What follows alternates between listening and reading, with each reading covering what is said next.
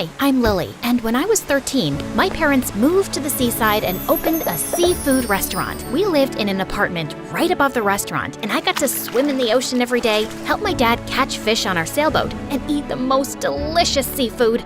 Life was perfect. At least it would have been if it wasn't for Enzo. Who's Enzo, you ask? He's a nightmare, a monster, a terrible, diabolical fiend. Oh man, I need a moment to calm down.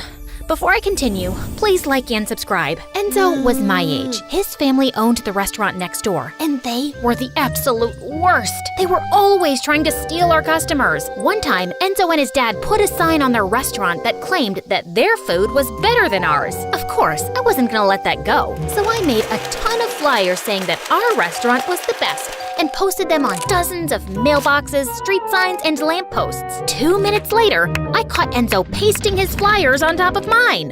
What are you doing, you jerk? What does it look like, pea-brain? I'm saving the people of this town from eating your lame food. Take it down or else. Enzo laughed in my face. I got so mad I ripped off his flyer, he ripped mine, I pushed him, and he shoved me back. Then I slipped and scraped my knee on the ground. Sorry, I didn't mean to push you so hard. Are you okay? I grabbed a cold fish out of my dad's cart and hurled it at Enzo's dumb face. Enzo ducked, and the fish hit Enzo's dad in the head, who lost his balance, fell down, and broke his arm. For a week, Enzo's restaurant was closed because his dad was their only chef. At first, I felt really bad, but the next day at school, I opened my locker, and a bucket of sardines fell on my head. The stench was so bad, I had to sit outside during class, and all the kids started calling me Fish Face. And if that wasn't enough, during our dinner rush, I caught Enzo creeping around behind our restaurant. I chased him off, but a few minutes later, our power went out. All of our customers left and went to Enzo's restaurant, and we couldn't get the lights back on for a week. Enzo was evil, and he was obsessed with destroying me and my parents. Every time we saw each other, we'd give each other death glares. But then one day, the strangest thing happened. My parents invited Enzo and his parents over for dinner, and then they made a huge announcement. We've talked it over, and we've decided to go into business together. I couldn't believe we were joining hands with the enemy. Enzo and I begged and pleaded for our parents to change their minds, but they didn't budge. After the restaurants merged, Enzo worked at the restaurants on the weekends just like me, and I tried avoiding him as much as I could. But things at school were worse. The kids loved making fun of me thanks to Enzo and his stupid prank, so I kept to myself and focused on my studies. But then one day, a new girl named Yasmin sat next to me in history class. She was beautiful and wore the most fashionable clothes, and everyone wanted to be her friend. The teacher partnered us up for a huge assignment that was almost half our grade, and we met at the library to work on it. I can't do this anymore. My brain is on fire. My eyes are about to go numb. We've been working on the assignment for less than 10 minutes. I'm not a machine. Yasmin had a meltdown and ran off. She didn't come back for hours. I finished the assignment on my own. Just as I was about to leave, Yasmin came back with a brand new outfit on, looking like she'd stepped off a runway. Where have you been? We were supposed to work on this together. Sorry, girl. I had to get ready for my date. Are we almost done?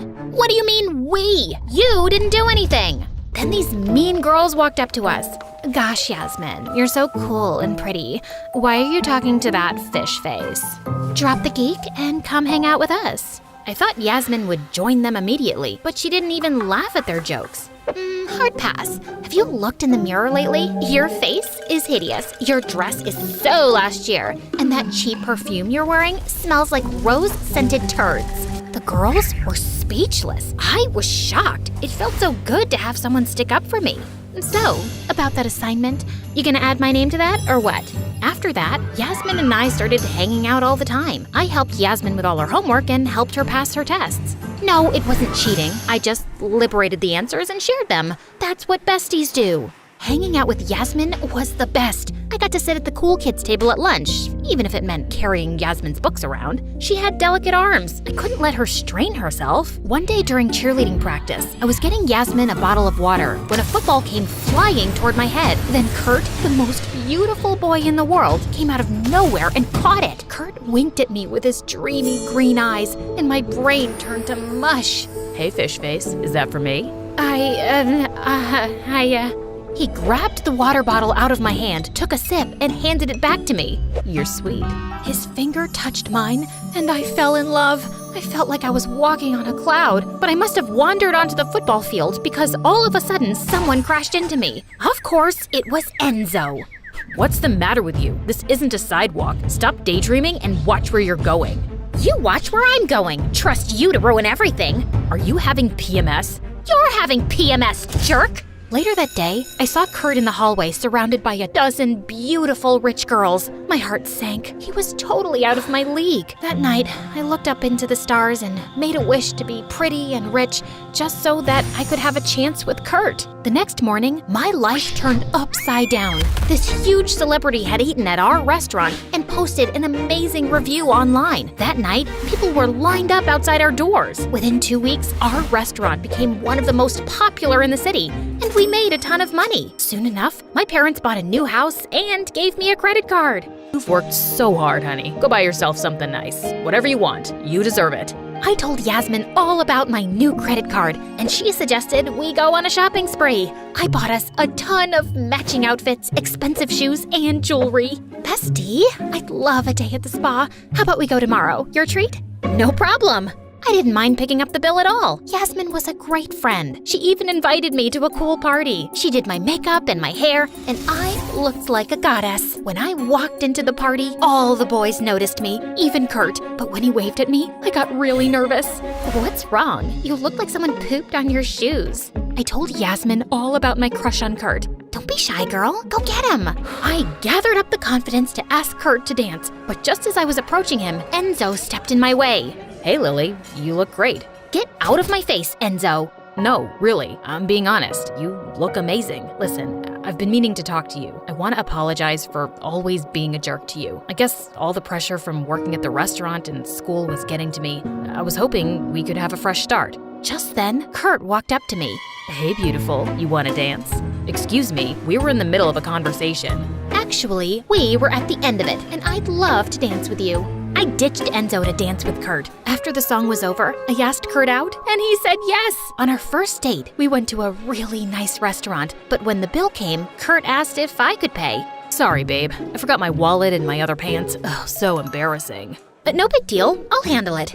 I paid the bill, then Kurt pulled me close and kissed me. That kiss was so magical, I couldn't stop smiling for days. Soon, we were a couple. Kurt loved it when I bought him nice gifts and took him and his friends to concerts. But after a while, things didn't feel right, so I talked to Yasmin about it. Oh, don't be so shallow. Kurt's the boy of your dreams. Girls buy their boyfriends gifts all the time. By the way, can I borrow $500? I've had my eye on this Gucci purse. Yasmin and I went shopping, and I felt so much better. For a while, my life felt like a fairy tale, with the perfect boyfriend and the best friend in the world, though Enzo was still a troll. Ever since the party, he's been acting so strange. Whenever he saw me and Kurt, he'd shake his head and walk the other way like he was disgusted. He even had a problem with Yasmin. Like this one time, he saw her leaving my house with a bunch of shopping bags from our latest shopping spree, and he lost his mind. Are you an idiot? Kurt and Yasmin are using you. You're wrong. You don't even know them. You're Yasmin's personal ATM. Yasmin's parents cut her allowance. She's accustomed to a certain lifestyle. I can't stand by and watch her suffer. Kurt flirts with every girl on earth. No, he's just a nice, friendly guy. He likes giving hugs. Jeez, you really are a moron. I got so mad I slammed the door in Enzo's face. I refused to let him drag me down. So I decided to avoid him forever. But my plan failed because later that night, Enzo and I had a meeting with our parents. We're opening up 3 new locations. We'll need you two to manage the restaurant while we're away. No problem, whatever you guys need. This is awesome. Enzo and our parents were so excited, but all I could think about was how much I'd miss hanging out with Kurt and Yasmin. Sorry, that won't work for me. I have plans.